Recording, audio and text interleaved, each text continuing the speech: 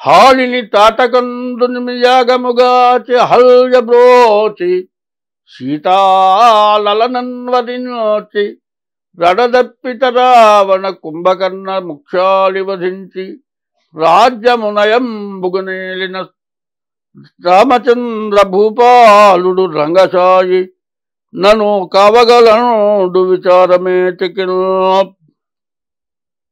తాటకిని చంపావు, రాక్షసుల్ని సంహరించావు, అహల్యను బ్రోచావు, సీతామ్మవారిని రావణాసురుడి చెర నుంచి రక్షించావు, కుంభకర్ణుని రక్షించావు, ఆఖరికి రావణాసురుడు తమ్ముణ్ణి ముందుగానే రాజ్యం ఇచ్చి రక్షించావు, శత్రువుని కూడా రక్షించినటువంటి ఓ రామచంద్ర, నీవు రాజ్య పరిపాలన నువ్వు చేయటం కాదు, అందరికీ రాజ్యాన్ని సుఖ సంతోషాలను ఇచ్చినటువంటి రామచంద్ర, నేను నిన్ను ఎందుకు ప్రార్థిస్తున్నానంటే నాకు ఏమి కావాలో అన్నీ నువ్వే ఇవ్వగలవు అని రామచంద్రమూర్తిని రామదాసు గారు ప్రార్థించారు.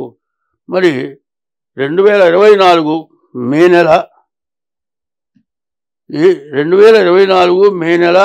24వ తారీఖు మే నెల 24వ తారీఖు శుక్రవారం, సూర్యోదయం ఉదయం 5:30, సూర్యాస్తమయం 6:23 వరకు. ఇప్పుడు ఇంగ్లీష్ సంవత్సరం అయిపోయింది, తెలుగు సంవత్సరం చెప్పుకున్నాం. క్రోధినామ సంవత్సరం వైశాఖ బహుళ పాడ్యమి, శుక్రవారం సాయంత్రం 6:57 వరకు, అనురాధ నక్షత్రం ఉదయం 9:58 వరకు ఉంది, వర్జం మధ్యాహ్నం 3:43 నుండి 5:19 వరకు ఉంది. ఈ రోజున వైశాఖ బహుళ పాడ్యమి శుక్రవారం. ఈ శుక్రవారం అమ్మవారిని పూజించడానికి చాలా విశేషమైన రోజు.